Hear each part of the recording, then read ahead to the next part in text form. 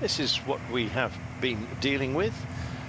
There is the lake that gives this race its name. Stage 1 started at the Binhu circuit. We then headed over to the Yangtze River, out towards the sea, and then back inland for stage 4, which was the Taihu lake, the smaller of the Taihu lakes that carry that name. Stage 5 yesterday, really entertaining. It's stage 6 where we're back to the lake before we hook away from it again day after tomorrow on stage 8 and finish back at the lakeside, the eastern leg of it, for the finale. So this is our scenic area that we're dealing with. Now, it does have some quite significant climbs today, so it was always going to beg a breakaway. The intermediate sprint line is where they will, where they joined the circuit, and at the end, after 8 laps, they will suddenly hook back in, head down towards the river on a unique road to have the finish.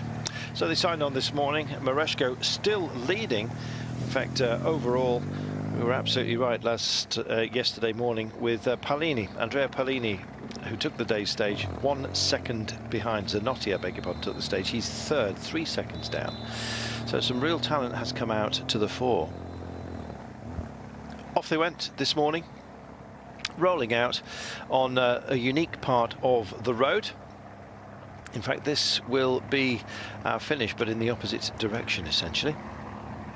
A little later on, you saw the counters there. Heard the scream, Ali, Ali, generic French, Franco, lingua franca that everybody, of course, uses. 5Ks then remaining, and there's a lot of screaming going on as teams try and assemble themselves.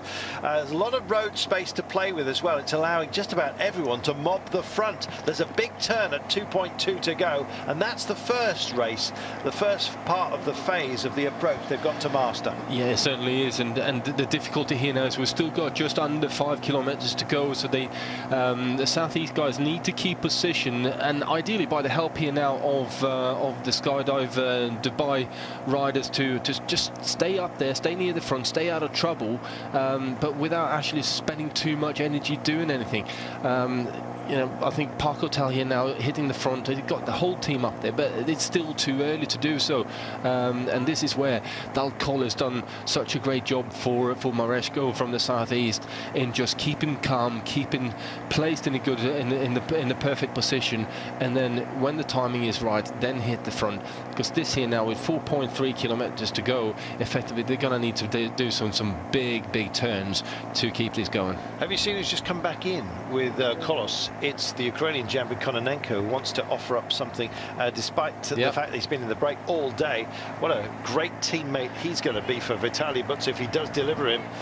So at the moment it's Park Hotel who are absolutely all in order, and they're leading the pace with 3.9 to go. I think they've read the road book very well indeed. They're going to marshal this. They will of course go over to the right hand side of the road, the left hand side of the road I should say, to take the right hand turn with 2.2 to go. It does snake about a bit, but road dominance is important at the turn. Can they carry it all the way though? 2 roundabouts to be dealt with along the way as well. I think they're wide. They'll just go more junctions really than anything else, so not too much of a worry. 3.5 remaining. To me, they've gone too early. They've just gone at that fraction too early, and when they're starting to shed riders at this point already, then that's not a good thing. They've got 3 riders left in front of Zanotti right now, and looking at who's on the wheel of Zanotti, Dal Colle there with Mareczko just a wheel or 2 behind him, and I think that's Örken actually from the Torku with the red helmet sitting in the middle there. He's on his own, but Kononenko, what a great job he's done today. Yeah. Just backed out of it, thought I've still got some firepower left, so I may as well help out my teammates. Will it be for Kulik or Vitaly Butz for them today? Not quite sure. They're in that sort of lime green but mostly blue, and there's a lot of them here. Likewise, you could say the same for Southeast, who are just keeping themselves steady. They're in a good place. Others are picking up the pace, and that's working for them. 500 metres till the big turn. Yeah, 500 metres to the right hand turn, but they're all now starting to chase for position. Kononenko getting up there, putting the pressure on. I think Park Hotel just gone too hard too early. There was no need to go that quickly. Here we go, right-hand turn. Big turn, and the man who leads it into it is Kononenko. He hits the pace as well, and his team can't keep up. Park Hotel bed in behind him. He has a look back to see who's there and is not overly happy with it. Drifts to the centre of the road to offer up a wheel to his teammates yet again. They try and get back in. There is very gently so. 2.2 kilometres remaining, and they're starting to scream, and it's in agony for Park Hotel. Maybe they did go too early. Here is Kononenko, picks up the pace right now, and it's a slingshot. Champion Systems getting involved. El Fares going on the front here now for Marseille KTM, and just putting a big attack in. But there's loads of riders coming up from the behind. Forklifts are coming up on the right-hand side with the yellow helmets there in the red and black here. Dukla Prague also very much involved. This is a good push for Jiri Hockman, and likewise it is Budget working for Scott Sunderland. El Fares picks it up. The chase behind is no longer led by Kononenko for the Colors team. One of the others, and I think it's Kulik who's done a turn. Poliverda as well within that group. 1,500 metres to go. Well, El Fares has got a bit of a jump, but they have not gone to full speed just yet. Still holding back, and it's Budget that, to my mind, look like they're in the driving seat just now. Everybody else checking each other, and they drift to the centre of the road. Budget with 1,400 metres to go. Flamme Rouge rapidly approaching. From Rouge is definitely coming very quickly, and Budget Forklifts are going now. They've still got a large number of riders on the front there.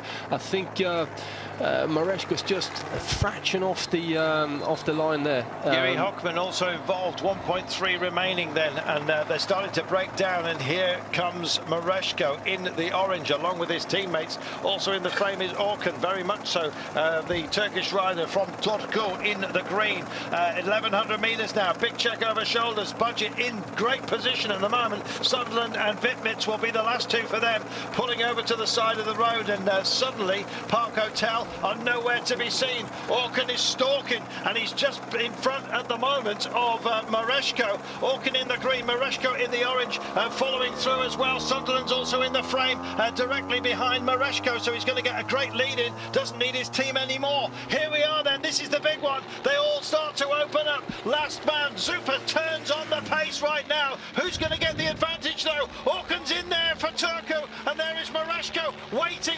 He's going to make his move now. He hits the barriers. He goes to the right-hand side. This is Mareczko. Can he be caught? It's Sunderland's case. Sunderland's going to come in right the outside. Sunderland's going to get there in the line. Oh, Mareczko, Sunderland 1-2. What a finish with Örken in third place. That was a piece of class. Magnus Bagter with a big smile on his face after picking the 1-2 today. What a finish. That was very fast sprint indeed, and I actually thought that Sunderland had that coming. Wow, it was all happening in the final kilometre there. I think Park Hotel just went too early. They needed to be cooler and stay back, and I think Budget Forklift, they do everything right every single time. They're just lacking that final bit of a launch to get themselves in there. Coming around into this right-hand corner here,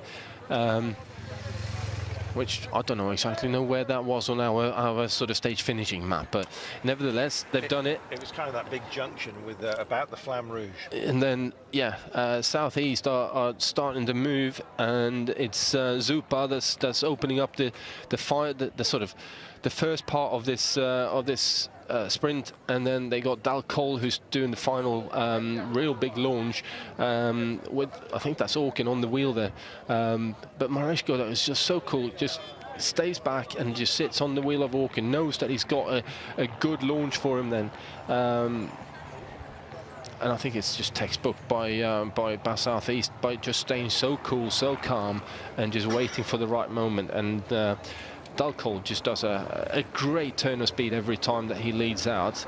I think Mareczko was pleased that he was satisfied that he had the beating of Örken at this point. Went to the barriers. It was Sunderland that tracked him, just went through, as you can see, and then it was between those two, with Örken just picking up the podium by the end of the day.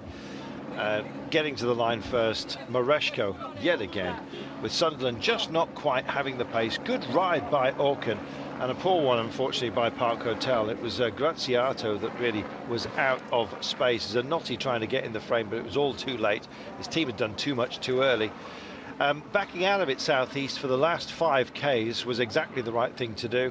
And look at that, job well done, says his teammate. Thank you very much, says Mareczko. Gets a 4th stage win, picks up 10 bonus seconds, and yet again re-establishes himself as our leader proper.